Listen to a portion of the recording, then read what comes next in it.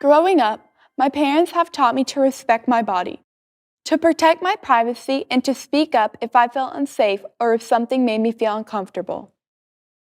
Now that I'm 14, I've been shocked to learn not all adults feel the same way. In fact, they may even punish you for speaking out. My name is Blake Allen, and this is my dad, Travis. I told my friends that I didn't think a teenage male should be allowed in the girls' locker room where my volleyball teammates and I undress and change. For that, I was suspended by the adults who are in charge of my school and school district.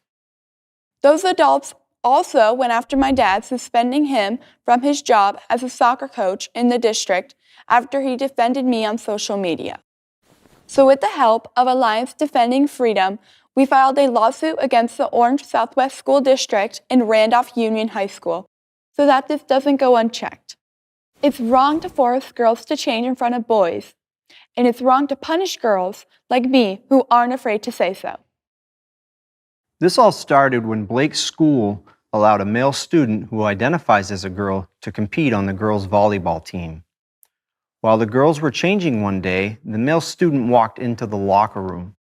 The girls were in various stages of undress, so they were naturally uncomfortable with the situation. As you can imagine, Blake was upset. She called her mom, who contacted school administrators to let them know what was going on. She wasn't alone. Multiple parents called administrators. Their goal was simple: to protect the privacy of our daughters while they changed on a public school campus. Not only did school officials make no attempt to provide the girls with any support or a workable solution, they tried to put the blame on Blake and the other girls for saying that a teenage male shouldn't be allowed to watch them undress. The next day, I was talking with classmates about what had happened. Someone overheard me telling my friends that this student was a dude and that he doesn't belong in the girls' locker room. They reported me to the school authorities.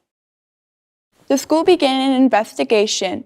In the meantime, they banned our entire girls' volleyball team from using the girls' locker room.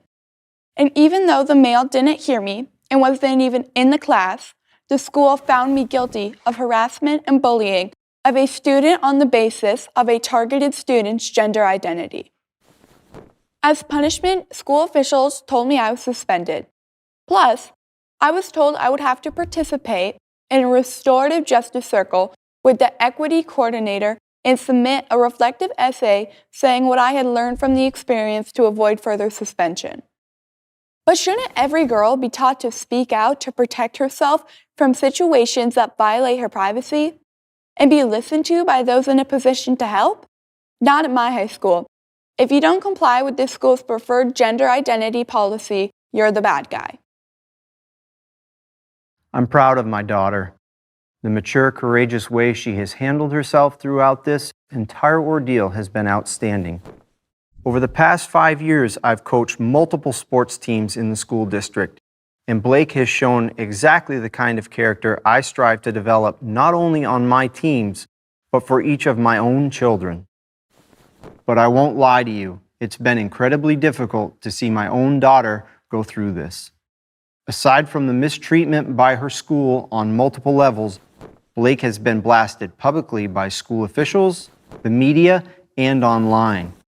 She's even been threatened in person. So when a social media user who said she was the mother of the male student who'd walked in on Blake and her teammates accused Blake of making this all up for attention, I defended my daughter. The truth is, your son watched my daughter and multiple other girls change in the locker room. I wrote, while he got a free show, they got violated. For that, specifically for what district officials deemed misgendering the student, I was suspended without pay from my position as a middle school girls soccer coach.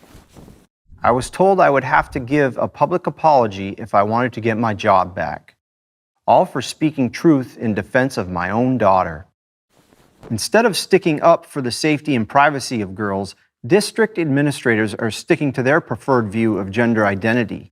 They are more than willing to censor anyone who dares to think differently.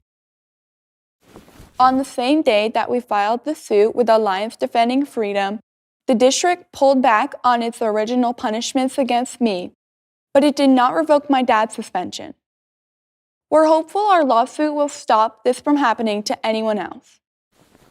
It's school officials' job to ensure every student feels safe at school, and it's their job to listen to and respect our views, not silence us for speaking out to defend ourselves.